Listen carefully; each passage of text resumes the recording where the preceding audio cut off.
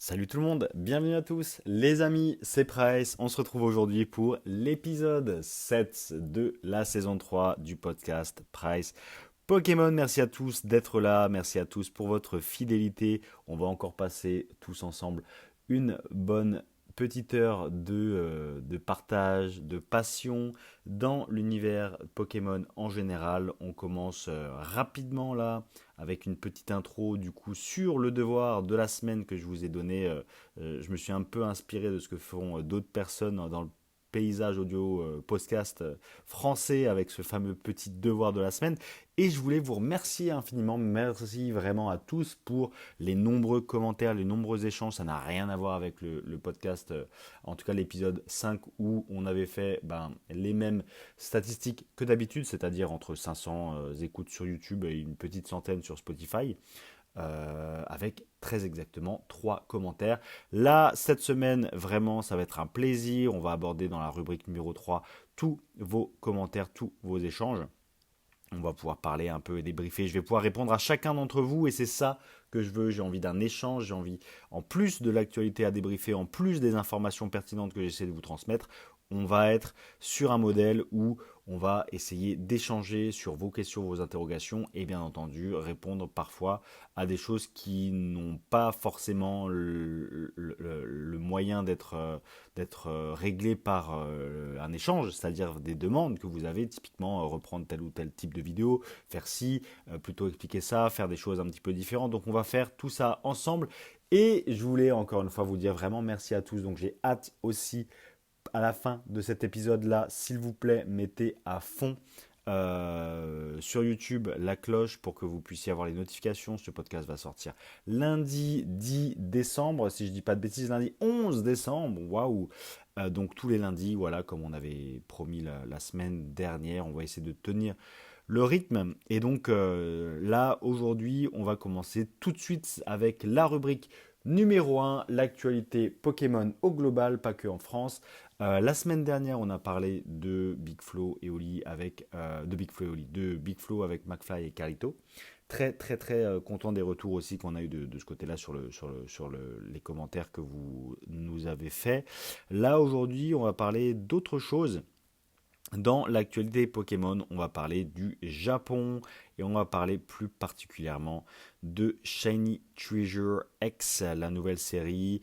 Bien entendu, encore une fois, Pokémon qui nous sort une nouvelle série, virgule 5. Cette fois-ci, il s'agit de 4.5 à la place de 151 qui était la 3,5 aujourd'hui.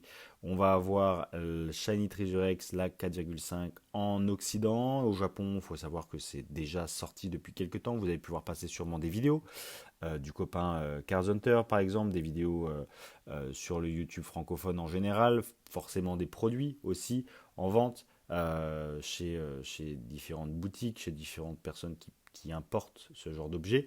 Alors, on n'est plus dans un contexte un petit peu tendu comme l'année dernière avec, encore une fois, je vous le dis, vous le savez, une énorme mascarade à l'époque avec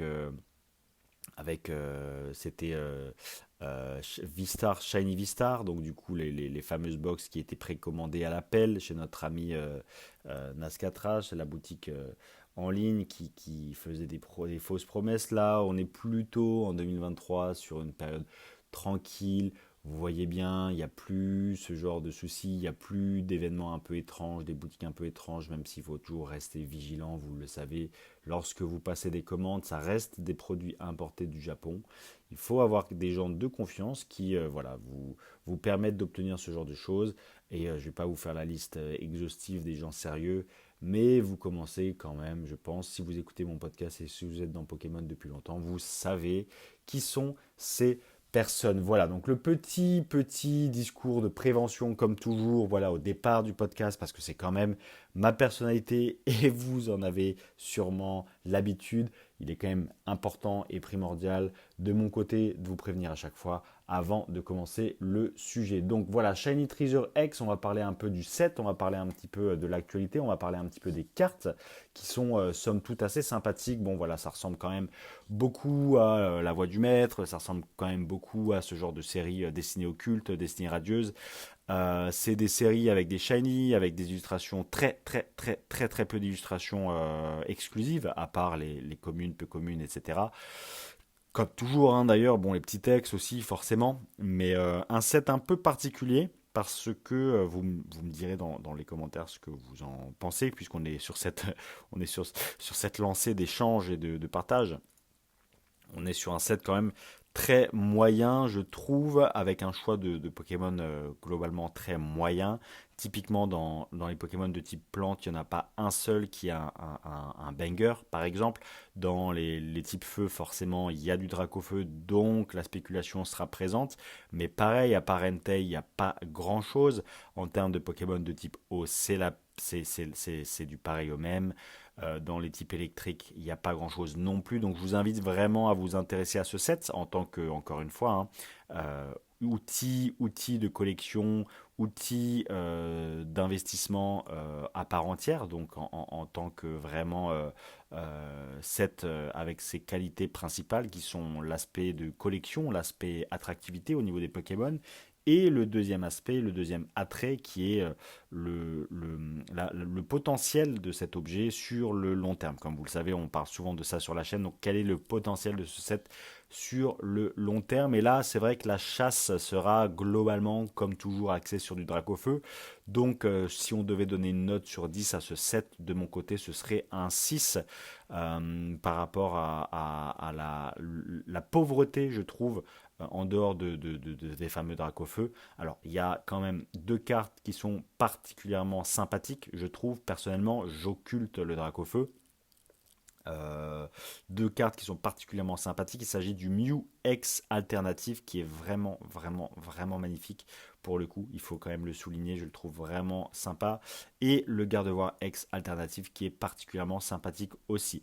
Dites-moi dans les commentaires quelle note vous donneriez à ce set avant qu'on l'aborde un petit peu plus en détail en ce qui concerne du coup ses caractéristiques propres. Typiquement la rareté aussi par rapport au marché japonais, puisque aujourd'hui faut savoir que l'approvisionnement occidental en matière de produits japonais se fait de plus en plus compliqué. S'il y a une vraie tendance haussière par rapport à la demande mondiale concernant les produits japonais, et les japonais étant ce qu'ils sont, et on l'a pu le voir et on l'a pu le constater dans plein de sets et plein d'actifs différents de la classe des nouvelles sorties Pokémon récentes. On le voit, ça devient de plus en plus compliqué. Donc encore une fois, quand des gens vous vendent des produits à l'appel avec une quantité infinie, il faut se méfier. Parce que même au Japon, c'est difficile. L'attention est importante. Les fournisseurs sont forcément en flux tendu. Et la capacité de production et la production japonaise est dimensionnée pour la taille du pays. Voilà, donc je vous le dis, ce set aura quand même une qualité intrinsèque qui sera la rareté, je pense. Voilà, ce sera quand même globalement très ouvert.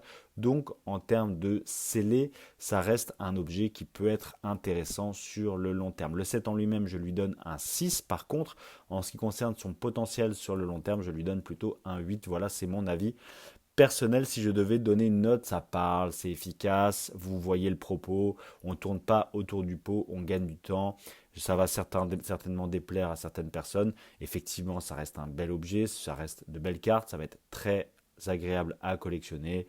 Mais si on parle de choses un petit peu plus terre à terre, un petit peu plus sérieuses, parce que Pokémon est un business, je vous le dis, je vous le rappelle, désolé d'être chiant par rapport à ça, ça peut en choquer certains, on est en France, vous le savez. Malheureusement, ils font les choux gras et ils font énormément d'argent sur votre dos, ils se gavent comme pas possible, et c'est à nous, en tant que consommateurs avertis, et je vous conseille vivement d'être un consommateur averti dans tous les aspects de votre vie, pas uniquement lorsque vous décidez d'acheter ou de ne pas acheter un set Pokémon. Regardez absolument les différentes caractéristiques de ce que vous décidez d'acheter et vous ne serez jamais pris au dépourvu. C'est quand même important de reprendre un peu de responsabilité personnelle là où souvent on rejette la faute sur le vendeur ou sur entre guillemets l'industrie qui vous vend tel ou tel produit. Voilà, c'est le petit message encore une fois du podcast. Bon. Parce qu'on en a marre, on est des hommes avec un grand H mais aussi avec un petit H et avec le devoir de veiller sur nous-mêmes et sur les gens qui nous sont proches. À un moment donné, il faut arrêter d'être tête en l'air et il faut prendre un peu à bras le corps ce genre de sujet. Et donc typiquement, je vous le dis, voilà, 8 sur 10 pour ce set en termes d'investissement sur le long terme. Je trouve que ça a un vrai bon potentiel. Bon. En ce qui concerne maintenant les caractéristiques intrinsèques, on a parlé de la rareté qui est inhérente à ce genre de produit japonais, puisqu'encore une fois, imprimé et distribué de telle sorte à ce que ça couvre les besoins du Japon. On est quand même sur une énorme demande haussière dans le monde entier sur ce genre de produit, donc forcément, ça va créer des tensions et ça va créer un set un petit peu plus compliqué à avoir. Rien de méchant, vous allez pouvoir vous en obtenir quand même, c'est pas non plus dramatique, on n'est pas sur une situation extrêmement compliqué comme on a pu le vivre lors du Covid. Maintenant, tout revient un petit peu en ordre. Mais je voulais aborder le point du caractère pesable des petites displays. Bon, les petites displays, comme vous le savez, viennent dans ce format-là depuis quelques temps maintenant au Japon. Elles sont contenues dans des casebox. Les casebox ont des ratios un peu globaux. Des casebox, c'est l'unité de mesure qui vous permet de savoir quel nombre de AR, super rares, secrètes, etc., alternatives, vous pouvez avoir. Dans les displays aujourd'hui, on a pu noter que effectivement, il y avait la potentialité de displays qui peuvent être pesables. Donc, je vous le dis encore une fois, lorsque vous achetez à un vendeur particulier, faites toujours bien attention de connaître et d'essayer de savoir quelle est la provenance de ces displays. Si la personne a pu acheter une display au hasard et la revend derrière pour faire une culbute, soit, mais si la personne a eu en possession beaucoup de displays différentes, les a pesés, vous voyez qu'il y a une grosse rotation sur son profil de vendeur, entre des boosters potentiellement, entre des cartes, entre des displays, peut-être qu'il faut être plus vigilant dans le sens où il y a éventuellement une caractéristique pesable de ces displays-là. Donc les casebox, elles, ne sont pas pesables, je le répète, et c'est important de le dire. Mais les displays, attention, nous ne sommes pas encore tout à fait certains. Elles peuvent éventuellement être pesables. Donc c'est quand même très important de le savoir et de vous partager cette donnée-là. Cette information, que vous puissiez prendre encore une fois vos décisions en âme et conscience, que vous soyez averti et que vous ayez toutes les cartes en main pour décider de la meilleure des façons à l'instant T. Bon, alors du coup, ce set-là, si vous voulez, lorsque vous allez décider de l'acheter, si vous avez envie de vous faire un plaisir, c'est très bien, mais au vu du nombre d'AR, de SSR, de secrètes, de dresseurs, de plein de choses, je pense que ça vaudra plutôt la peine de les acheter, en tout cas d'acheter la plupart des cartes qui vous manquent sur Card Market ou ailleurs, dans un souci d'économie d'argent aussi. Bon, c'est un choix, mais en tout cas, le set est encore une fois gigantesque. Je me demande combien de boosters il faudrait acheter globalement pour réussir à tout ouvrir. Ce serait assez intéressant de faire ce travail-là avec la variance en plus. La variance en fonction des différentes cartes et tout le reste. Donc du coup, là, il y a quand même énormément de cartes. Voilà, donc c'est quand même pareil. Ne vous ruinez pas, il y a bientôt d'autres sets qui vont sortir. Faites ça et balancez un petit peu le pour, le contre pour savoir ce que vous allez faire. Écoutez, en ce qui concerne Shiny Treasure, je pense qu'on a fait globalement le tour de la question. C'est vrai que le set est quand même assez intéressant, je trouve personnellement, même si en termes d'illustration, encore une fois, et en termes de qualité de contenu, je lui donnerais un 6. Mais pour le reste, le potentiel de ce set est assez intéressant. Il y a quand même du Dracofeu, il y a un beau Dracofeu Shiny Terra Crystal et un beau Dracofeu Shiny Terra Crystal alternatif. Je trouve cette illustration un peu sympa quand même. La Dracofeu Terra Crystal alternative, je la trouve quand même plutôt cool.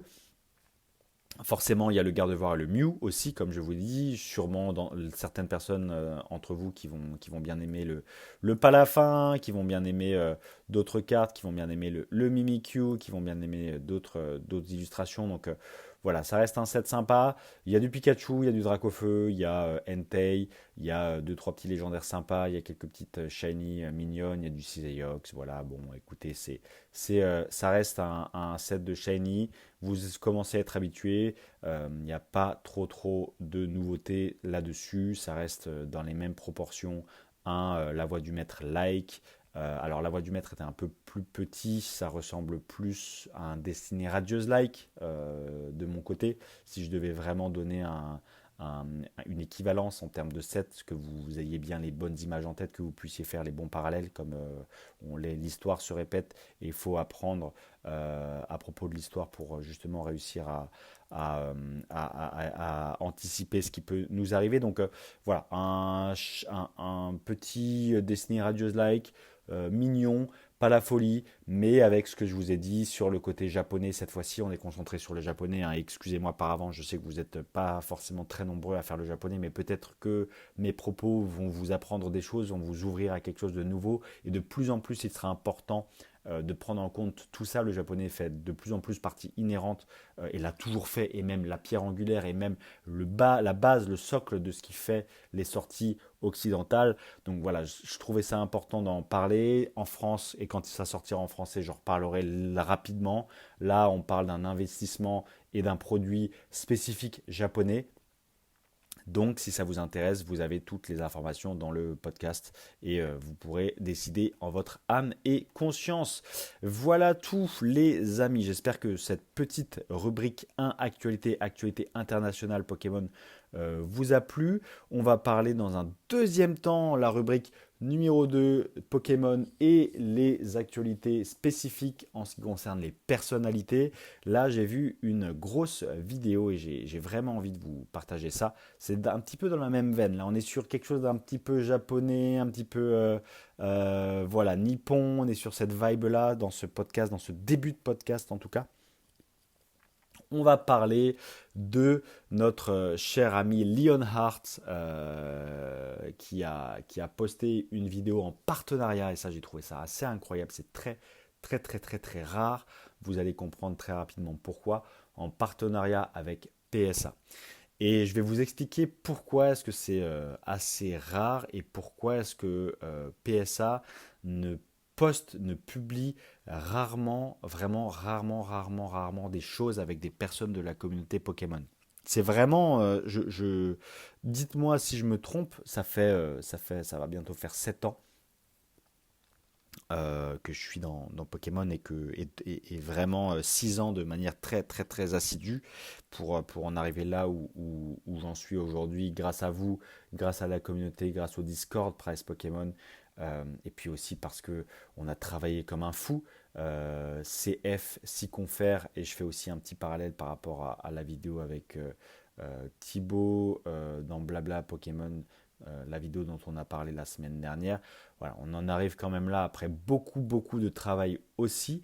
Et donc dites-moi si je me trompe, ça fait 6 ans de manière hardcore que je me renseigne, que je me tiens au courant de ce qui se passe, que ce soit aux États-Unis, à travers ZNJ Imperium, à travers SM Prat, à travers toutes ces chaînes diverses et variées d'actualité, Pokémon Radar, Pokéradar, que ce soit bien sûr les différentes stars américaines. On a parlé de Lionheart, vous avez aussi Pokérêve, vous en avez plein. Vous avez aussi Rusty, le plus gros, en tout cas un des plus gros vendeurs de cartes Pokémon aussi, un des plus gros collectionneurs et un des plus gros puits de savoir. Qui lui vraiment partage plein d'infos, donc on essaie de se tenir informé et c'est la première fois première fois que je vois PSA mettre en avant un collectionneur en particulier et faire une vidéo croisée. SM Pratt, qui est le plus gros expert sur les trophées japonaises, l'a dit depuis des années. Il a essayé de travailler avec PSA, ils n'ont jamais voulu. Il les a approchés pour améliorer leur process, il les a approchés pour faire un travail de consulting, améliorer différents points dans la gradation, différents points stratégiques dans le développement sur les cartes Pokémon. Ils ont toujours refusé. Alpha Investment, c'est la même chose dans Magic cette fois-ci. Il y a vraiment, vraiment, vraiment très, très, très peu de personnes qui sont mises en avant au niveau de PSA. Ça, c'est une entité un peu particulière qui ferme pas mal ses portes aux personnes de la communauté. Alors vous pouvez aller dans leurs locaux, voilà, quand il y a de la publicité gratuite, ils la prennent, mais ce que je veux dire, c'est qu'ils mettent rarement quelqu'un en avant. Et là, je vous conseille d'aller voir cette vidéo. Il y a un très très beau format sur Instagram, donc sûrement aussi sur la chaîne de Leonhardt, mais en mode short, avec le youtubeur américain Leonhardt qui vient et qui découvre, qui unbox des cartes PSA. Voilà. Donc pourquoi est-ce que je vous parle de ça? Parce que Leonhardt a unboxé les 3 places des championnats du monde qui se sont tenus à Yokohama cette année en 2023. Il a unboxé les 3 cartes numéro 1, numéro 2 et numéro 3 de 2023 des championnats du monde de Yokohama. Et il les avait envoyés à grader chez PSA. C'est plus qu'exceptionnel. Je suis assez impressionné par cette vidéo. Vraiment, vraiment, vraiment, vraiment, vraiment très, très, très impressionné.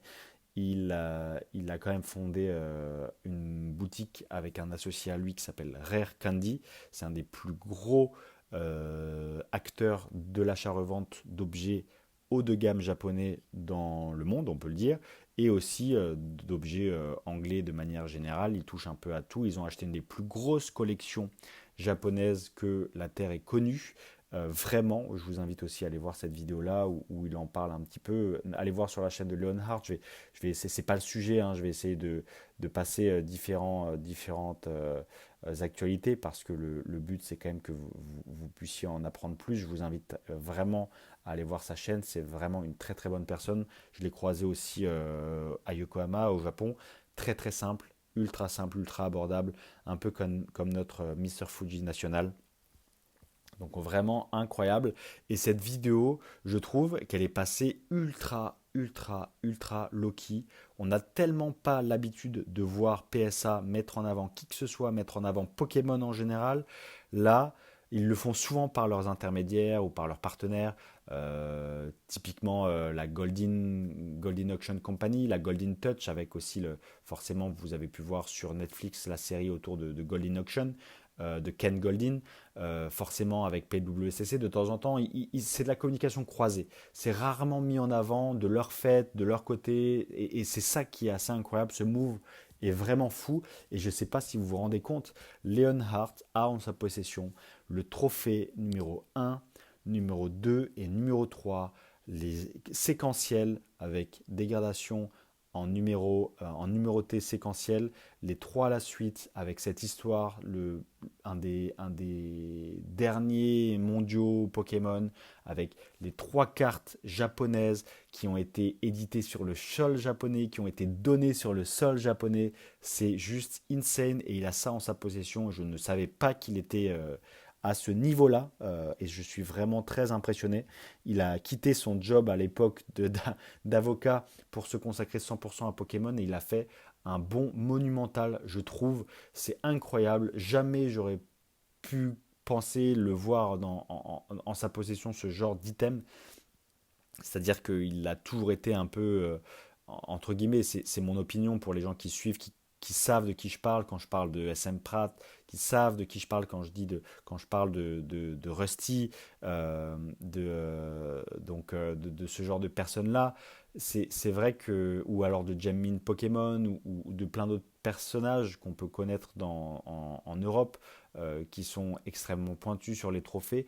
Et je ne savais pas qu'il était à ce niveau-là de collection. On parle quand même de 3 objets qui englobent et qui réunissent la quintessence même de ce qu'est la rareté, de ce qu'est la difficulté à obtenir. Ce sont les Graals dans Pokémon, ces cartes trophées numéro 1, numéro 2 et numéro 3, avec forcément les vintage, les vintage raretés, c'est-à-dire les Kangaskhan Trophy, les Magikarp University, les Pikachu Illustrator, toutes ces vintage raretés, toutes ces vintage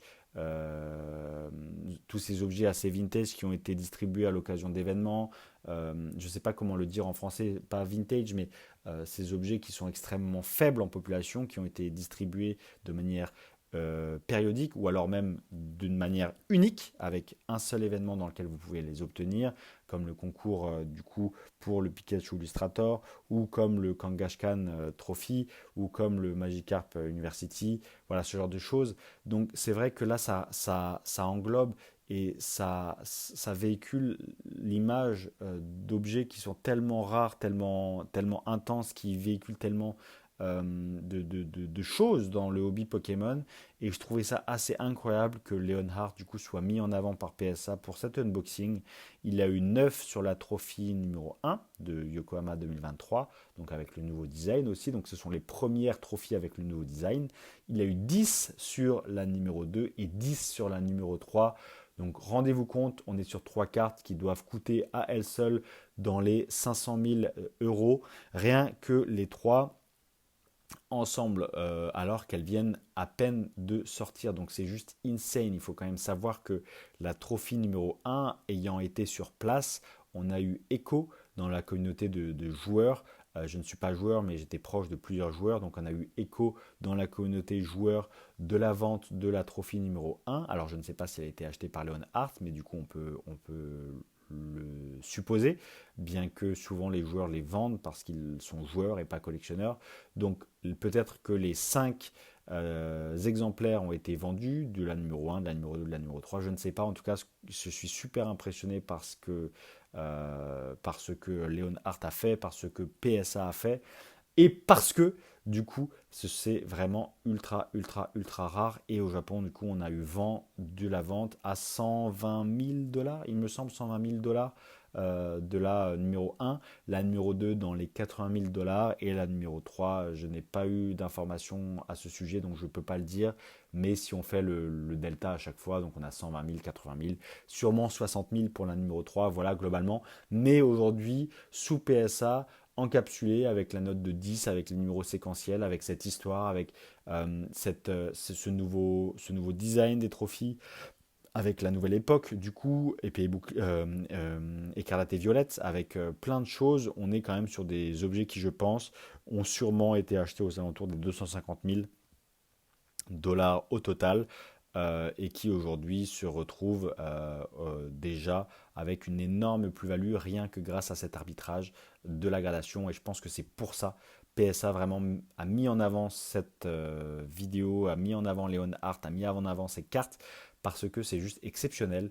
Et vraiment, je vous assure, c'est la première fois que, en tout cas de ma vision et de l'actualité que je suis de très près, la première fois que PSA met en avant un collectionneur en particulier, c'est Leonhardt. Et pour quelque chose d'assez incroyable quand même, je trouve, c'est pour une occasion très rare. Et là, c'est vraiment une occasion rarissime. Et je ne sais pas si vous vous rendez compte, ce sont des objets qui appartiennent, en tout cas les trophées 1, 2 et 3, qui appartiennent à chaque fois à une seule et même personne. C'est-à-dire que vous êtes un compétiteur, vous avez terminé à la place numéro 2 de votre tournoi. D'accord. Vous avez eu la carte numéro 2. Donc il faut quand même se rendre compte que là on est sur la quintessence de la chasse aussi aux objets. C'est-à-dire que avec sa notoriété, Leonhardt a certainement pu et a certainement dû approcher des compétiteurs. Il est allé les voir et il a réussi à convaincre dans l'optique d'obtenir la numéro 1 à la personne qui a fini première de sa catégorie. Alors ça peut être la catégorie jeux vidéo, ça peut être la catégorie jeux de cartes, ça peut être la catégorie Pokémon Unite, ça peut être voilà, n'importe quelle des 5 catégories. Mais ce que je veux dire, c'est que il a réussi à convaincre la place numéro 1 d'une de ces catégories, la place numéro 2 d'une de ces catégories. Et la place numéro 3, il a fait les unes après les autres, il a réussi à les obtenir et il les a fait grader ensemble et il les a toutes réunies. C'est pas vous avez le champion du monde et le champion du monde il a la place numéro 1, numéro 2, numéro 3, il les vend les 3 pour 250 000, le mec est refait, c'est facile. Non, il y a une négociation intense, il faut voir les Worlds, c'est un moment de l'année vraiment très particulier dans Pokémon pour l'avoir vécu au Japon et pour l'avoir vécu en tant que première expérience. On m'a dit que c'était très particulier cette année. On m'a dit qu'à Londres en 2022, c'était pas du tout comme ça. Là, cette année, c'était la guerre. Je ne sais pas si vous vous rendez compte, même dans la communauté francophone, les personnes qui étaient sur place, je vous le dis, c'était la guerre. Personne n'était là pour aider ou faire un geste ou truc. C'était moi qui arrive à avoir la place, moi qui arrive à avoir ça, moi qui fais ci, moi qui fais ça. C'était la guerre. Il n'y avait pas d'entraide. Là, vous n'êtes pas prêt. Et là, on est quand même sur un truc assez insane parce que lui-même étant dans cette communauté-là, Leon Hart, il a dû faire face à la même chose et avec une compétition 100 fois plus élevée. Il y avait Jamin Pokémon qui proposait des 200 000 dollars pour des cartes. Il y avait, donc il y a vraiment vous vous rendez pas compte à quel point c'est exceptionnel. Il a réussi à réunir les trois, il a réussi à le faire sûrement lui ou seul ou avec un associé. En tout cas, je le voyais se balader seul dans le Yokohama Pacifica. On l'a croisé plein de fois, il était souvent seul, alors parfois avec des personnes, mais le gars, il s'est démerdé et il a réussi à avoir ses cartes par lui-même. Quand on a des groupes d'affinités de collectionneurs, quand on a des Simency avec des Jam Mint, avec des Charlie's Collect, avec pas mal de personnes comme ça. Donc du coup, il faut quand même se rendre compte de ce que ça veut dire. Et j'ai du mal à vous faire passer cette idée, mais c'est juste insane. Et chapeau à PSA, chapeau à Len Hart. Je ne vais pas m'étaler encore plus, ça fait déjà 20 minutes pratiquement que je parle rien que de ça. Non, j'exagère, mais 15 minutes que je parle rien que de ça. Mais c'est vraiment pour vous passer cette idée-là. C'est un flashback. Je vous accompagne un peu avec moi dans les dessous des scènes de ce genre de gros, comme on dit aux États-Unis, de high-end deals, donc des ventes extrêmement rares, extrêmement hautes, des choses très très compliquées à obtenir. Donc je vous emmène un peu dans les coulisses de ce genre de choses. Je ne suis pas du tout à ce niveau-là, mais ayant été sur place, je vois très bien comment ça se goupille et comment ça fonctionne. C'est la même chose dans le monde des affaires. Là, dans Pokémon, on est littéralement pas ailleurs que dans le monde des affaires lorsqu'on parle de ce genre de cartes. Et je trouve ça encore une fois assez exceptionnel. Et chapeau à Leonhardt qui a l'air d'être vraiment un vrai collectionneur, un passionné pour tout ce qu'il a fait, tout ce qu'il a monté. C'est très très inspirant. Inspirez-vous des personnes qui sont plus fortes, plus grandes et qui ont de l'avance sur vous pour voir ce qui fonctionne, avoir ce processus de cercle vertueux où on apprend des autres, on essaye d'éviter les erreurs en regardant ce qu'ils ont pu faire de bien et en progressant nous-mêmes plus rapidement. Et là, je trouve ça vraiment exceptionnel. Et donc, dans cette veine, lorsqu'on parle de Shiny Treasurex, lorsqu'on parle de marché japonais, lorsqu'on parle de trophies japonaises, on balaye le spectre de tous les objets, de tous les actifs qui existent sur le secteur Pokémon japonais, en passant par les communes avec des artworks un petit peu exclusives dans Shiny Treasurex, en passant par les cartes des sets qui sont les plus difficiles à obtenir, typiquement comme le Dracofeu Terra Crystal alternatif. Ensuite, on passe dans le spectre des cartes qui sont les cartes promotionnelles données dans les tournois, les cartes promotionnelles un petit peu plus exclusives, les cartes promotionnelles données en japonais aux japonais qui font partie de la ligue, qui ont gagné des régionaux. Et ensuite, on passe par les cartes trophies. Et c'est vrai que c'est assez incroyable de voir tout ce spectre d'objets, de s'ouvrir à tout ça, les exclusivités japonaises, le classic card game, tous les objets qu'ils font, ils ont vraiment une touche particulière au Japon et donc je trouvais ça intéressant de vous partager ça et vous rendre compte, vous essayez à travers ça de vous éveiller à tout ce pan de la collection dont on ne parle pas souvent et surtout pas en France parce que ce savoir-là est intimement gardé aussi par les personnes qui ont la chance de pouvoir obtenir ou qui ont la chance de pouvoir voyager dans ce genre d'événements et puis aussi parce que c'est très secret dans le sens où il y a très peu de collectionneurs qui sont joueurs et inversement et donc les ponts et les liens ne se font pas et c'est aussi pour ça que j'essaie de faire ce séminaire et le conseil Indigo je rajoute une petite couche, c'est gratuit, petite passe D, petit plat du pied, petit but, et on parle encore une fois du coup du concert Ligo dans lequel on va vous éveiller à tout ça, on va vous parler de plein de choses. Il y aura aussi sûrement des joueurs, j'essaie de militer activement là pour avoir un joueur de assez haut niveau qui puisse éventuellement intervenir et vous parler de tout ça parce que dans les collectionneurs, on est très très très peu nombreux à être au fait de tout ce qui se passe dans le monde des joueurs alors que c'est ça qui fait et qui crée et qui caractérise la rareté des objets, c'est cette unicité, ce caractère rare qui fait que les objets de tournoi et particulièrement ces trophées-là, place numéro 1, 2, 3, sont les objets les plus difficiles et les plus convoités du hobby Pokémon et c'est le but de tout le monde je pense à terme lorsque vous avez un certain niveau de collection, lorsque vous avez terminé tous vos objectifs, c'est le but d'avoir et d'obtenir ce genre d'objet et je voulais vous en parler donc chapeau à Lionheart. Voilà les amis, donc on était dans la partie 2 de la petite discussion entre donc le podcast Presse Pokémon, la petite discussion entre personnes avisées là sur Leonhardt et sur les trophées, l'actualité Pokémon en général. Et du coup, on va passer sans plus tarder, déjà 35 minutes de podcast. Je m'étire un peu. C'est les joies du direct, les amis. Forcément, on est assis quand on tourne le podcast, donc je m'étire un peu. J'espère que vous passez un bon moment, que vous avez appris des choses, que je ne vous ai pas endormi avec mes histoires. Et on va passer dans la rubrique numéro 3. La rubrique numéro 3, la parole du coup aux auditeurs. Et dans la rubrique numéro 3, on va parler de tous les commentaires que vous avez mis sous le podcast de la semaine dernière. Et on va aller dans l'ordre, tout simplement. On va déjà passer par Pokémats et Tikari qui nous remercie du coup pour cette vidéo de tournage, qui confirme bien la petite supposition que j'ai faite, comme quoi je ne dis pas que des bêtises, que le podcast a bien été tourné chez Thibaut. Voilà, c'est une petite supposition que j'ai faite basée sur deux, trois petites infos qu'on voit dans la vidéo.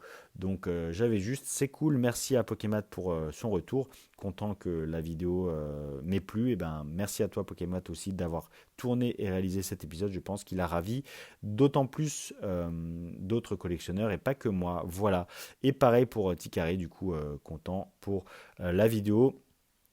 Et bien entendu, la fiscalité, je te laisse gérer tout ça. Thibaut, voilà, bon écoutez les amis, du coup, on va vous prendre les uns après les autres. On va parler un peu de ce que vous m'avez dit et de ce que vous m'avez confié, de ce que vous aimeriez que je fasse, de plein de choses. Donc on va lire le chasseur de Mothman qui me dit: ça fait plaisir d'entendre un youtubeur Pokémon qui a la tête sur les épaules il y a 4 jours. Merci le chasseur de Mothman, ça fait plaisir. Il y a 5 jours, Alan Le Garnec, vidéo très intéressante, je suis d'accord avec un commentaire précédent sur la bulle Block X. J'aimerais avoir ton avis sur la durée, la raison de cette hype Block X en ce moment. Alors Alan, on va en parler, effectivement on va en parler. Vous avez été nombreux à vouloir que je relève ce sujet-là, donc on va en parler rapidement. Je termine juste. Sodad, il y a 6 jours, idée prochain podcast, une analyse de la bulle BlockX dont on ne peut en voir le bout. Donc on a plusieurs personnes qui me parlent de la bulle autour du BlockX français. Alors je vais en faire une partie à part entière, je pense, dans cette partie 3. Avant d'attaquer cette partie, on va continuer à lire un petit peu vos différents commentaires parce que c'est un échange. Sodad qui dit une mentalité à la David Goggins, une vibe de TikTok motivation. Je vous invite à aller voir David Goggins, c'est une personne assez incroyable qui a réalisé plein de choses et du coup qui surfe sur la vibe un peu motivation, etc. Bon, j'ai pas voulu vous endormir avec tout ça, mais c'est vrai que ça fait partie aussi, mine de rien, du développement personnel et du développement aussi en tant que collectionneur pour atteindre ses objectifs. Donc c'est important d'en parler.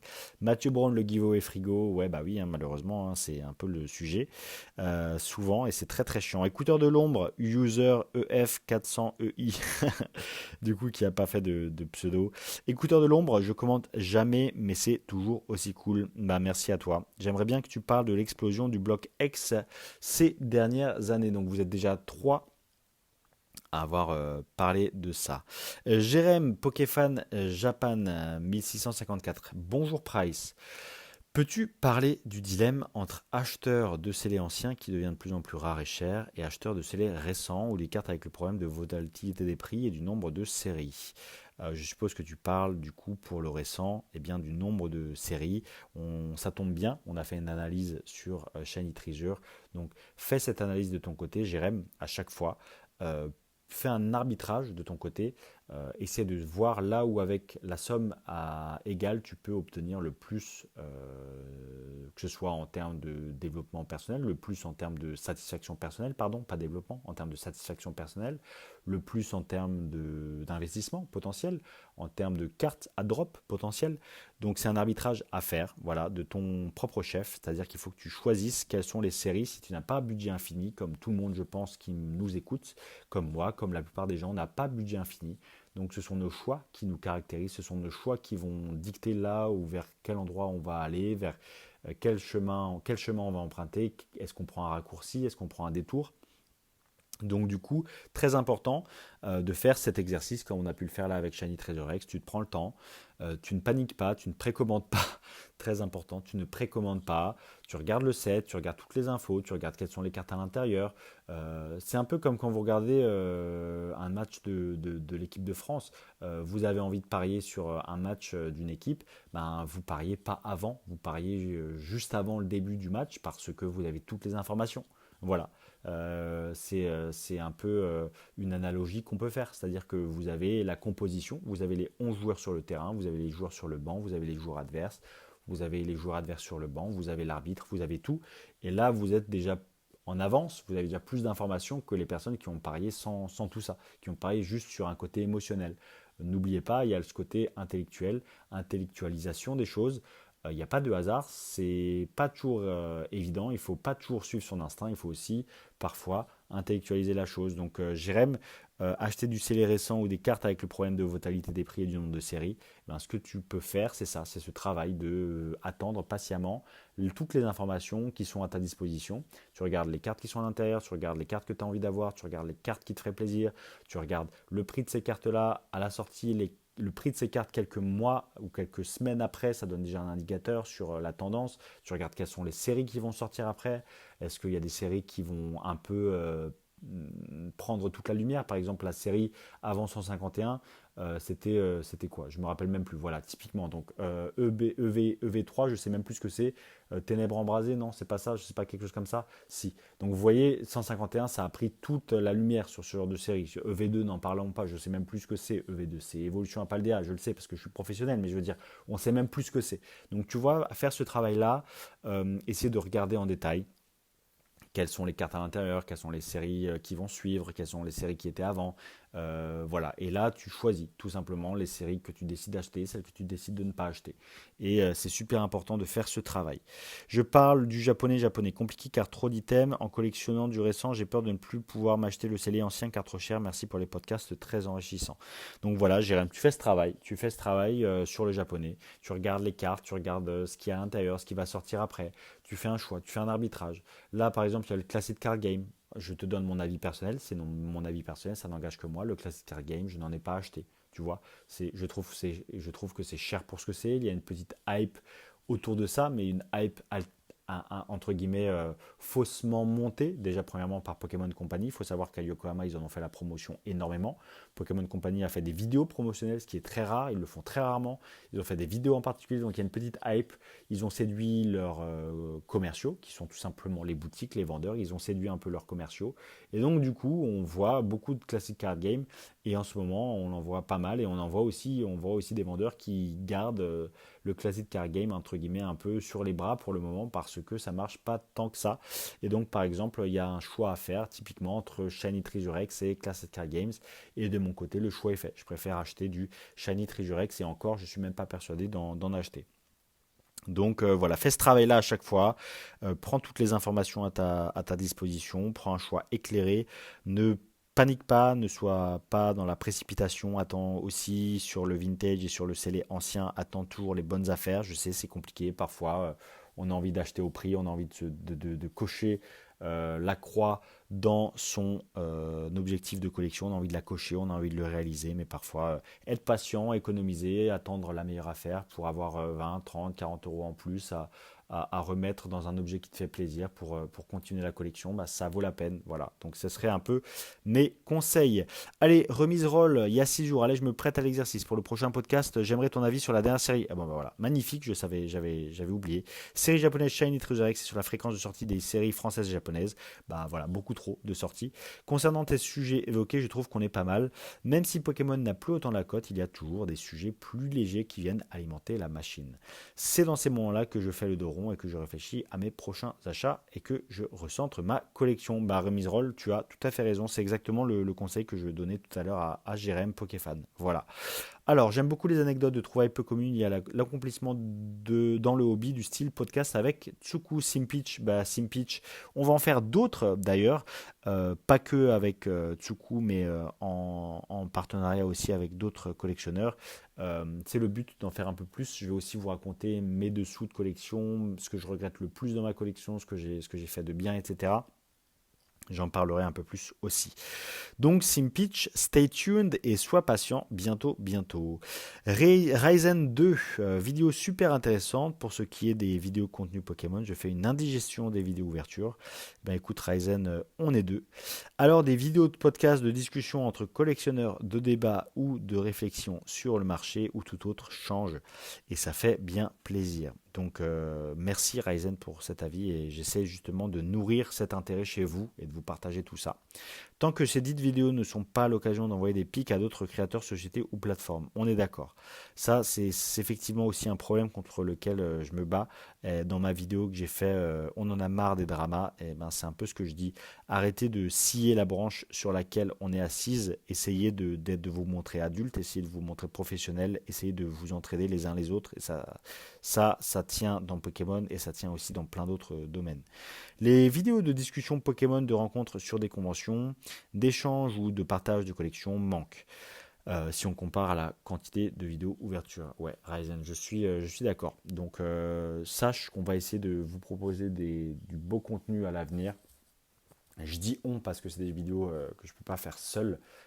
Et aussi parce que le conseil Indigo, c'est dans cette veine-là. Le but, c'est de vous aider à en apprendre plus sur la communauté, à en apprendre plus sur vous, sur les amis, sur vos pairs, sur les personnes qui vous entourent, sur les boutiques, sur plein de choses. Et aussi, c'est le but de vous faire rencontrer les uns les autres. Voilà, donc n'hésitez pas, il reste vraiment une toute petite dizaine de places. On est à 2 mois de l'événement, ça vous laisse encore le temps de vous organiser. C'est dans Paris 11e arrondissement. Donc voilà les amis, le conseil Indigo, c'est très très très bientôt sold out. Voilà. MC IRDEC, très intéressant comme podcast comme d'habitude. Bah, merci beaucoup. J'aimerais bien que tu parles de la gradation. C'est-à-dire de rebondir sur les vidéos tests de Card Hunter par exemple, et ce que ça peut représenter pour l'avenir et globalement l'impact que cela peut avoir sur le marché des cartes gradées pour les nouvelles boîtes de gradation en France et PCA. D'arrêter de faire des envois fast-food comme tu utilisais l'expression il me semble. Oui, tout à fait, c'est ce genre d'expression que j'essaie d'inculquer. J'essaie de donner des petits keywords, des choses qui restent, qui sont ancrées, comme le syndrome du PayPal, le fast-food à l'envoi à la gradation. J'en ai dit plusieurs aussi dans cette vidéo-là. Enfin bref, voilà, des petites choses comme ça. Mon avis personnel, ce serait que le marché commence à se stabiliser et l'intérêt pour les cartes récentes se ressent sur les cartes gradées récentes. Peu importe les sociétés, je pense que ça a peu de sens de grader du récent, à part quelques exceptions. Il restera toujours plus intéressant de mettre en valeur les cartes les plus anciennes. MCIRDEC, ben tout à fait. Il n'y a pas mieux que de grader des cartes anciennes, et ce, qu'importe l'époque. Par contre, ça ne vaut pas forcément la peine, comme je l'ai dit souvent, d'envoyer du fast-food, c'est-à-dire des cartes qui valent moins cher que le prix de la gradation. Ça n'a aucun intérêt. Très très peu de plus-value à faire ça. Donc c'est quand même important d'envoyer des cartes à grader qui ont une certaine valeur intrinsèque quand même, soit une certaine rareté, une valeur monétaire faible, mais qui sont rares ou qui vous tiennent à cœur. Voilà. Typiquement, comme j'ai pu le faire avec mes Misprint Neo Genesis, typiquement. Ou alors d'envoyer du récent mais extrêmement pointu, les Dracofeu Rainbow, alternatifs, les cartes alternatives en général, les cartes avec un très très très très faible taux de drop, les grosses full art éventuellement, à la limite encore. Enfin voilà, des cartes qui valent plus de 20 euros, c'est à partir de ce moment-là où ça peut éventuellement commencer à se réfléchir d'envoyer à grader. Autrement, ça sert à rien, vous engraissez juste la société de dégradation, je vous l'ai déjà dit. Donc voilà, faites très attention par rapport à ça. Donc rebondir sur les vidéos de test de Card Hunter par exemple, donc tu aimerais éventuellement faire d'autres vidéos tests. Bah écoute, j'en fais déjà pas mal avec PSA ces derniers temps. C'est vrai que j'essaie de vous donner à chaque fois une photo, à chaque trimestre une photo de comment grade PSA, comment grade PCA avec des gros envois. À chaque fois une vraie photo hein, qui est valable pendant 2-3 mois à chaque fois. Donc je vais en faire une autre, MCIRDEC. Là, j'ai prévu un gros envoi PCA, donc je vais vous faire ça. Je vais faire un gros envoi PSA où je vais aussi vous prendre une photographie à un instant T de comment gradent les sociétés, que vous puissiez vous faire une idée comme je le fais souvent. Donc ça, y a pas de souci, MCIRDEC, ça c'est prévu. Donc merci beaucoup pour ton commentaire, très développé, très intéressant. J'aime beaucoup ce genre de commentaires. Et merci à tous d'avoir joué le jeu. Vraiment, on va faire la même chose dans cette parole aux auditeurs dans cette partie 3 du podcast de l'épisode 7. On va faire la même chose. Aujourd'hui, je vais vous donner un devoir de la semaine pour la semaine prochaine. J'ai hâte de vous entendre dans l'espace commentaire, débriefer de tout ce qu'on a parlé jusqu'à présent et aussi de débriefer de la fin de ce podcast du petit sujet que je vais vous donner à réaliser. Alors, Snoopy. Salut Price, les sujets abordés sont top, comme d'hab. Merci beaucoup à toutes et tous, merci beaucoup pour vos retours tellement bienveillants, ça fait vraiment plaisir. J'ai adoré la vidéo de McFly, Carlito et Big Flo, alors que pourtant je ne les suis pas spécialement. J'écoute beaucoup les podcasts de Pokémon parce qu'ils donnent la parole à des passionnés. Mais là j'avais l'impression d'écouter un mania de la finance avec des techniques de shark et un melon pas possible, j'ai senti assez peu de passion, mais c'était très intéressant. Écoute, Thibaut a cette image, c'est ce que j'ai déjà pu lui reprocher, et je l'ai dit même dans le podcast hier, hein, je suis transparent, autant j'apprécie l'épisode qu'ils ont tourné, autant Thibaut, c'est, comme je vous l'ai dit, hein, c'est une des personnes qui m'a fait presque quitter Instagram, hein, à tel point ses stories et tout, je pouvais plus. Donc il le sait, hein, voilà, c'est comme ça, mais il faut l'apprécier pour ce qu'il est, et il faut faire fi un peu de ces défauts-là, entre guillemets, et c'est vrai que ces défauts-là peuvent parfois ressortir, surtout quand on ne les connaît pas. En l'occurrence, ça reste un être humain comme tout le monde, voilà, avec ses qualités, ses défauts, c'est tout, c'est comme ça. Voilà, donc faut le prendre comme ça. Autant il y a des choses que moi, effectivement, je n'apprécie pas, autant il y a des choses que j'apprécie. C'est tout, c'est pas blanc ou noir, c'est toujours un peu plus nuancé. Donc du coup, je comprends ton impression, et ça peut être justifié, mais dans cet épisode avec Pokémon, j'ai trouvé justement que il essaie de pas trop le faire sortir. Donc si tu l'as vu là, alors qu'il essaye de pas trop le faire sortir, c'est vrai que c'est un peu clivant. C'est un personnage un peu clivant, mais c'est comme ça. Voilà, c'est Thibaut. Alors, un des thèmes que tu pourrais aborder, ce serait la manipulation de marché. Effectivement, ils en ont parlé. Ils en ont parlé. Snoopy, effectivement, ils ont parlé de la manipulation de marché. On en entend souvent parler, mais des exemples concrets, ce serait pas mal. Quitte à se mettre des gens à dos. Force à toi, tu fais un taf quali, ciao. Ouais, mais écoute, quitte à se mettre des gens à dos, de toute façon, moi je suis simplement honnête, hein, tu vois, j'ai encore dit ce que je pensais là à l'instant, j'ai aucun problème, et c'est pareil, les gens me prennent comme je suis, ils m'apprécient comme je suis. Je dis les choses telles qu'elles sont, et j'essaie de sortir de ce débat de la perception. C'est-à-dire que beaucoup de monde, beaucoup de personnes dans ce monde, hein, de manière générale, ont une perception du monde qui leur est propre. Chacun voit le monde comme il a envie de le voir, avec ses propres filtres, ses propres prismes, c'est-à-dire avec ses propres valeurs. Dès que quelqu'un ne correspond pas à ses valeurs, ou dès que quelqu'un ne répond pas à leurs attentes, ils vont avoir un état de fait, ils vont avoir un jugement de valeur, ils vont juger, ils vont parler. Ou alors dans un boulot, ils ne vont pas s'épanouir dans un boulot, ils ne vont pas s'épanouir dans tel ou tel domaine de leur vie. Et ils ont que des perceptions, des perceptions, des perceptions. Alors ça peut être émotionnel, parfois ça peut être intellectuel, mais ce sont leurs regards sur le monde. Vous comprenez? C'est leur façon de voir les choses. C'est votre façon à vous, comme vous pouvez avoir votre façon de voir les choses. Moi, j'essaie de donner de la perspective. C'est-à-dire que à chaque fois, je prends un pas, je recule, et j'essaie de comprendre profondément les dynamiques qui régissent ce monde. Ma perception n'a que peu d'importance. Ma perception, elle me trouble, elle me fausse dans mon jugement. Et pourquoi je vous dis ça? Les gens qui m'apprécient, les gens qui me détestent, c'est une perception. Mais les gens avec qui on arrive à avoir de vrais échanges constructifs, c'est les gens avec qui on peut parler perspective. C'est les gens qui essaient de profondément comprendre. Les mots ont un sens, les mots ont un poids, les dynamiques de pensée, les logiques. Elles sortent de quelque chose. Les gens, les personnes, les groupes de personnes, les ensembles, les entités, l'État, les entreprises, les gouvernements, les politiciens, les groupes, encore une fois, de l'individu en passant par le groupe jusqu'en passant par l'énorme monstre qui est un État, une énorme multinationale. Chaque niveau a une perception et il est important de décrypter ces dynamiques, d'essayer de comprendre. Et c'est à ce moment-là que vous commencez à avoir de la perspective. Et la perspective, c'est ce qui va vous permettre de prendre les meilleurs choix, les meilleures décisions, de pouvoir le mieux apprendre à connaître profondément les gens sans vous arrêter sur la surface, sans vous arrêter sur plein de choses. Et c'est pareil pour beaucoup de domaines. Et c'est un des conseils précieux que je vous donne. C'est gratuit. C'est pas quelque chose dont on entend souvent parler. C'est cette histoire, la différence entre votre façon de voir les choses, votre perspective et votre perception, excusez-moi, votre perception des choses et la perspective globale. Et c'est super important d'avoir de la perspective. Peu de personnes comprennent ça. Et donc j'ai des personnes qui ne m'apprécient pas parce que j'ai pu dire quelque chose sur eux. Donc comme j'ai dit quelque chose sur eux, c'est oh là là, il a parlé de moi, vraiment, qu'est-ce qu'il en a, il en a pas marre de parler sur les gens, de trucs, de machin. Pourquoi est-ce qu'il défend pas telle ou telle personne? Pourquoi est-ce que moi il m'a pas dit ça? Pourquoi est-ce que truc, pourquoi est-ce que ceci, pourquoi est-ce que cela?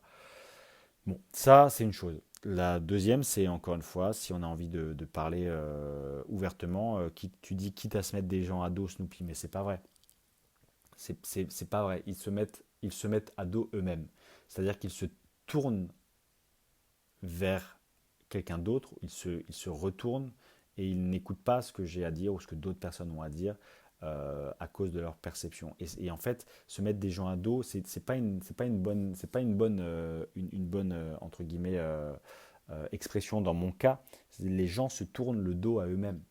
Ils se tournent le dos à eux-mêmes, ils n'osent pas faire ce travail d'introspection comme j'ai pu le dire dans le podcast précédent, ils n'osent pas faire ce travail de perspective, ils n'osent pas laisser couler, ils n'osent pas laisser les choses de manière dynamique, de manière fluide, tout est dynamique, tout est en mouvement, rien n'est figé.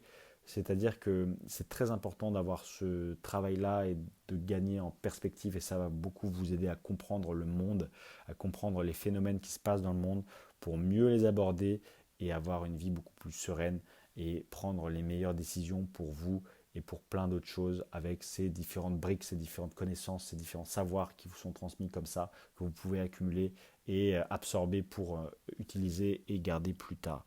Donc oui, j'en parlerai, Snoopy, avec plaisir.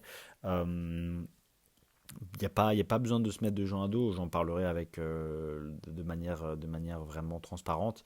Tu sais, les manipulations de marché, c'est simple, c'est un individu qui a beaucoup d'argent, qui a envie de faire monter tel ou tel item ou tel actif Pokémon. C'est un groupe de personnes, on a parlé du cercle d'or dans la vidéo de Thibaut, j'en ai entendu parler. C'est un groupe, une entité de personnes qui essaie de diriger le marché vers telle ou telle direction ou qui pensent avoir une influence sur le marché. C'est faux. En l'occurrence, vous avez très très peu de groupes ou de groupes d'influence ou de personnes suffisamment influentes pour vraiment vraiment changer le marché. En tout cas, en France, il y en a très très peu.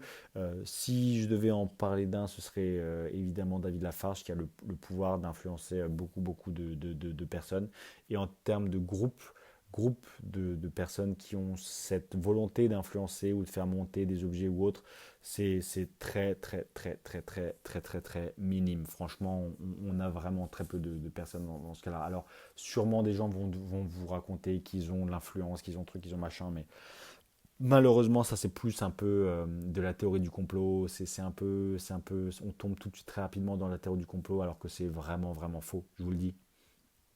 Il n'y a pas de théorie du complot à avoir, il n'y a pas de groupe qui essaye de secrètement faire monter ou truc ou machin, qui milite pour telle ou telle chose. Le marché, il est tel il est à un endroit pour une raison.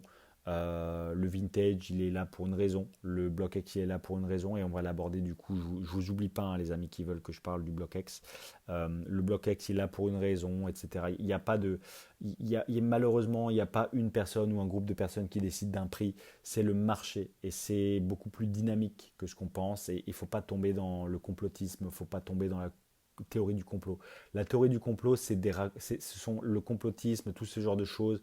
Il y a un groupe qui est en train de faire monter, il y a une hype du BlockX, etc. Donc je réponds un peu à deux questions en même temps. Tout ça, c'est des facilités. C'est votre cerveau qui vous trompe. Votre cerveau essaie de faire des liens entre deux informations différentes, c'est-à-dire le BlockX, le fait que vous ne collectionnez pas ou le fait que vous ne soyez pas trop attiré, et le fait que les prix soient ultra, ultra, ultra chers. Vous faites des liens, vous vous dites, ok, moi je ne collectionne pas, donc c'est bizarre que d'autres personnes collectionnent. Si les prix sont hauts, c'est qu'il y a un petit nombre de personnes qui essaient de tirer les prix vers le haut. Voilà, simple, logique, efficace. Malheureusement, ça ne marche pas comme ça. On est rempli de biais cognitifs. Faites très attention, essayez de travailler sur vous encore une fois. Ayez de la perspective.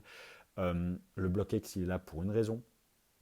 Le BlockX, il est extrêmement apprécié. Beaucoup de gens ne le collectionnent pas, mais beaucoup de gens le collectionnent. Voilà, vous voyez ce que je veux dire. Beaucoup de gens ne le collectionnent pas. C'est pas parce que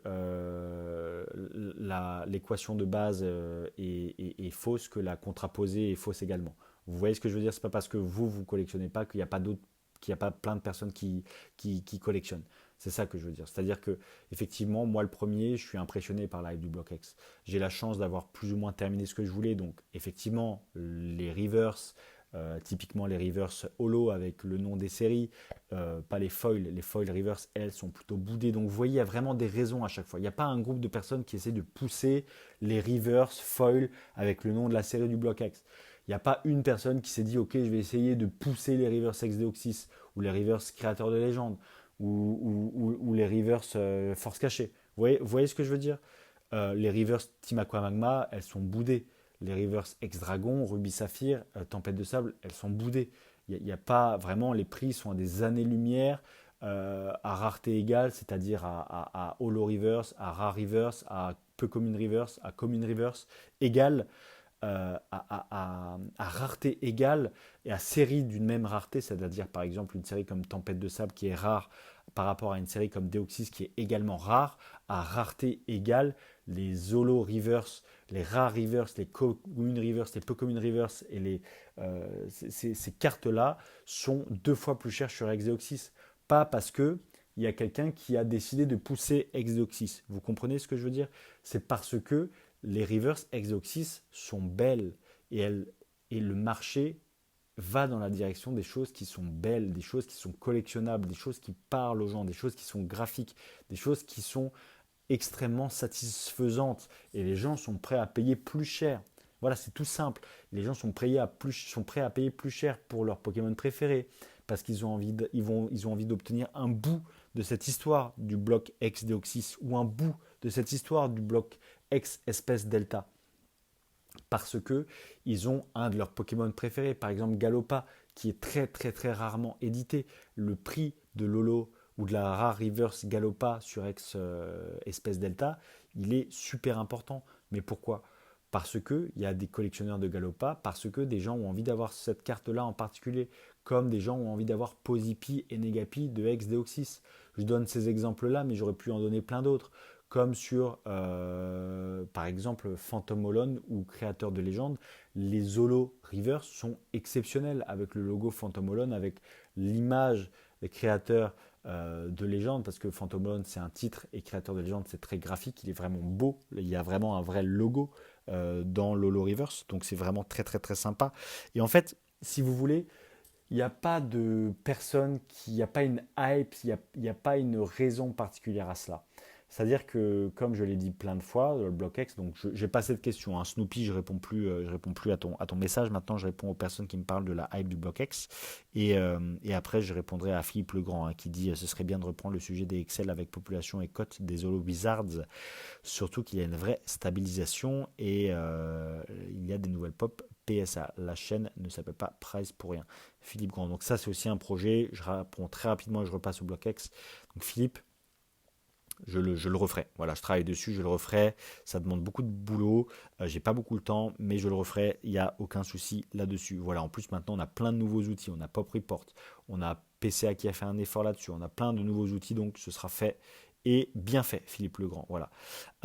Donc, pour le bloc X, voilà, il n'y a pas une hype particulière. Il n'y a pas des gens qui essaient de pousser dans telle ou telle direction. Il n'y a pas, par exemple, Ruby Saphir qui est boudé et Deoxys, Espèce Delta, créateurs de légende, qui sont absolument plus mis en avant que les autres. Il y a des sets qui ont des rivers sympathiques, comme Légende oubliée, et qui ne sont pas forcément très chers. Alors, c'est cher, bien entendu, et vous pouvez encore le voir, c'est pas une série très hypée, puisqu'on parle on parle de hype, mais pourquoi vous voyez là où je veux en venir. Pourquoi est-ce que Créateur de légende, qui a le même type de reverse, donc reverse avec foil et nom de la série, créateur de légende, ou même Rouge Feu Feuille. Rouge Feu Feuille qui a des reverse holo, pas des reverse foil, reverse holo. Reverse holo sans le nom de la série, mais reverse holo avec Pokéball, etc. Et les pareil pour créateur de légende. Il y a reverse avec l'énergie, reverse sans énergie, donc il n'y a pas le logo de la série. Mais pourquoi est-ce que ces reverse là sont légèrement moins chers que les reverse avec logo, les reverse stamp? Parce que les reverse avec stamp sont beaucoup plus belles. Les reverse de Rouge Feu Vert Feuille ou de Créateur de légende, excusez-moi, ou les reverse de Team Rocket Returns qu'on n'a pas eu en français, excusez-moi, elles sont légèrement moins chères parce qu'elles sont moins appréciées et ça s'arrête là. En fait, il faut vraiment changer de paradigme. Il n'y a pas un groupe de personnes, il n'y a pas un collectionneur qui a essayé de pousser telle ou telle carte. Alors ça a arrivé sur Espèce Delta, on voit très bien que c'en est la fin. On voit très bien que les gens se sont rendus compte que les holos, ce n'est pas des ex ou des stars. Il y en a, des holo rivers, c'est pareil. Il y en a, les populations, il y en a des dizaines. Voilà, donc les gens se sont calmés et tout s'équilibre naturellement. Si les gens sont prêts à payer un certain prix, c'est le prix du marché. Et bon sang, il n'y a pas quelqu'un qui essaie de pousser ça. C'est rare. Ça a pu arriver avec Mimimi qui a acheté énormément d'espèces Delta et donc ça a fait monter les prix parce que les gens en ont profité. Mais ça s'arrête là. On voit très bien que ça a beaucoup descendu. Les prix ont divisé par 3 quasiment. Des cartes qui se vendaient 2500, 3000 euros, aujourd'hui on les trouve à 800.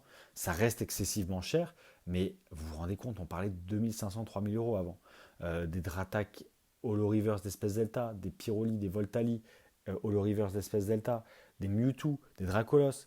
Vous voyez, là maintenant, on est quand même revenu à des sommes qui sont bien plus raisonnables.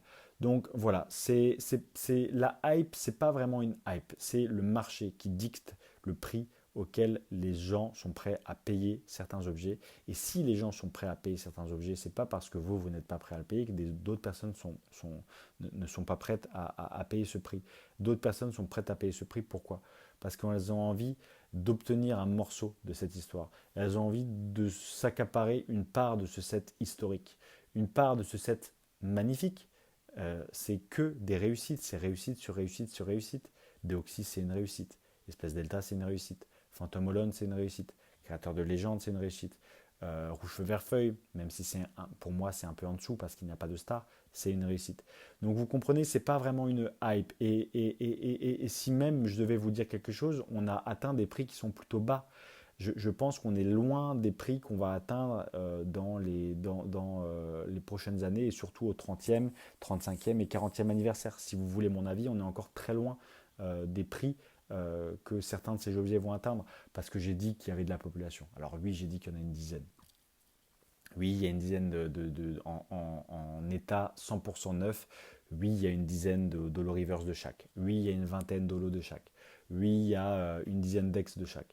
Mais ce que je veux dire, c'est que Pokémon est tellement niche, on est tellement au début, même là en 2023, les amis, vous vous rendez pas compte, on est tellement au début, Pokémon, ça a 27 ans. Je veux dire, c'est rien du tout. Le baseball, ça a quasiment 100 ans. Les cartes de sport, elles ont quasiment 100 ans. Et là, vous voyez les prix. Vous voyez là où on en est. On parle des sets historiques, on parle du bloc historique. Il y a le bloc Wizard, c'est sûr, mais derrière le bloc X, c'est vraiment une réussite. Et c'est extrêmement, extrêmement historique. Vous avez les premières stars, les cartes les plus rares de l'époque.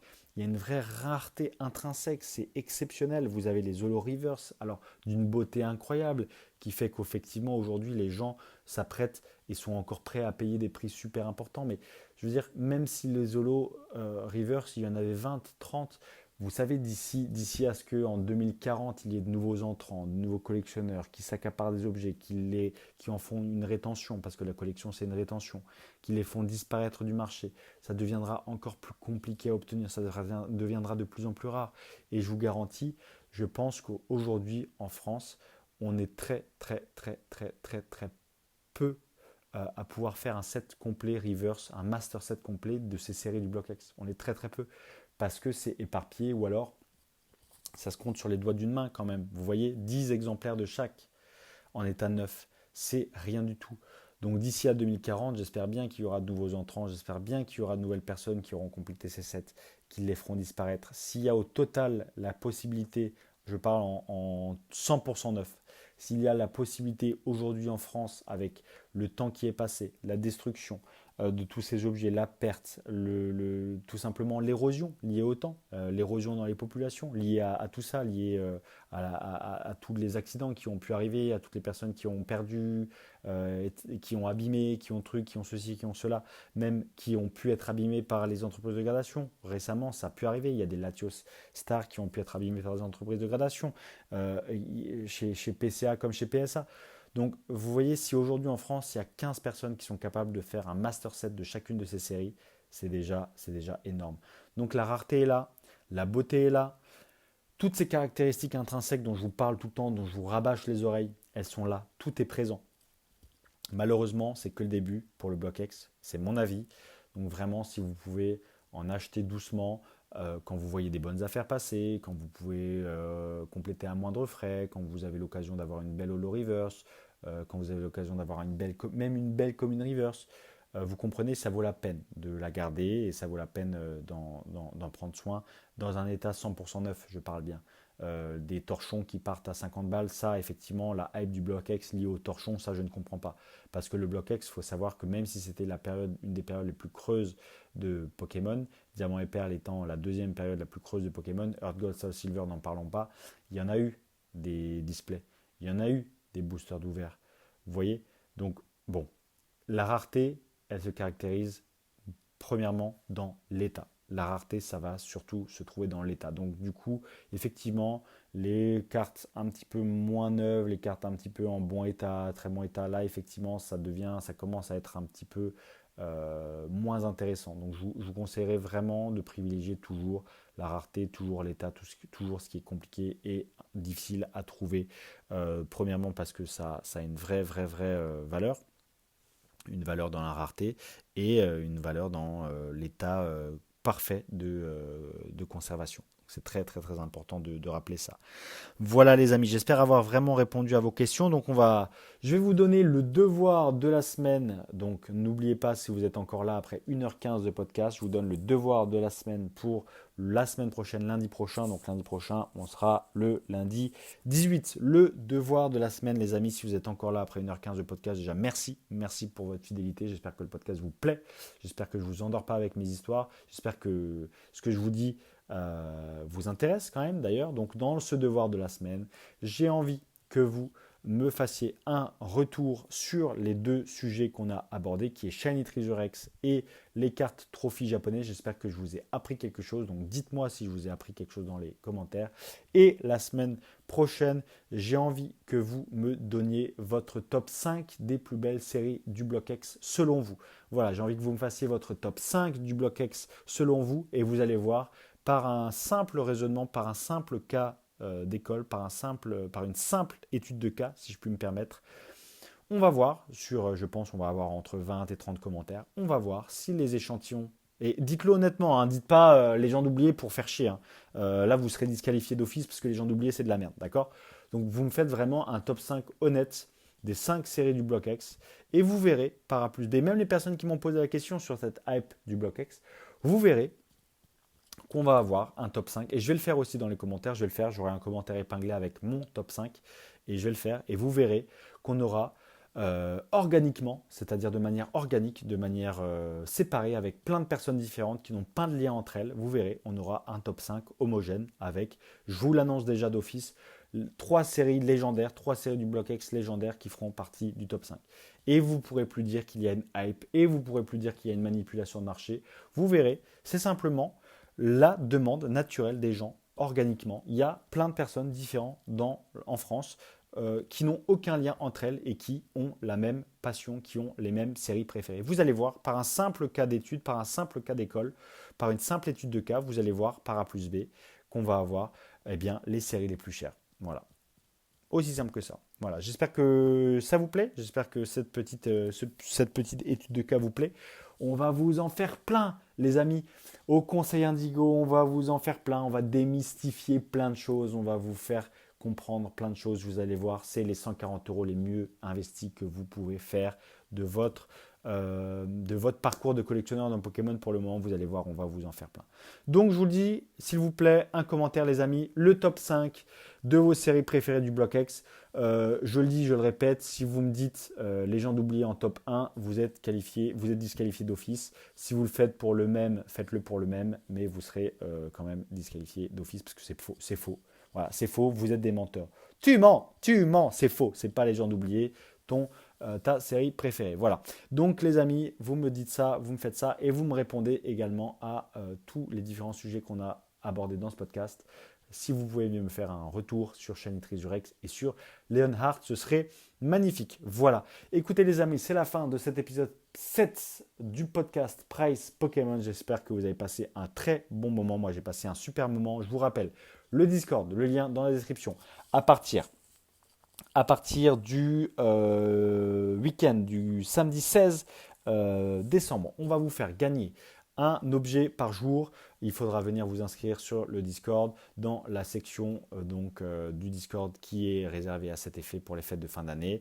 Et n'oubliez pas aussi le conseil Indigo, Wiz Event, le lien est dans la description. Si vous avez envie d'avoir des conseils ou des infos, vous m'envoyez un mail à p.price.pokémon@gmail.com ou alors à conseil.contact.indigo@gmail.com pour toutes les informations. On peut vous réserver la place aussi en direct. Vous n'êtes pas obligé de passer par Wiz Event et c'est plus sympa aussi de réserver la place en direct, de me contacter et d'échanger un peu avec moi. Voilà les amis, j'espère que ça vous a plu. N'hésitez pas et je vous remercie encore par avance pour vos réponses et pour votre fidélité. Et on se dit à la semaine prochaine. Ciao, ciao tout le monde, c'était Price.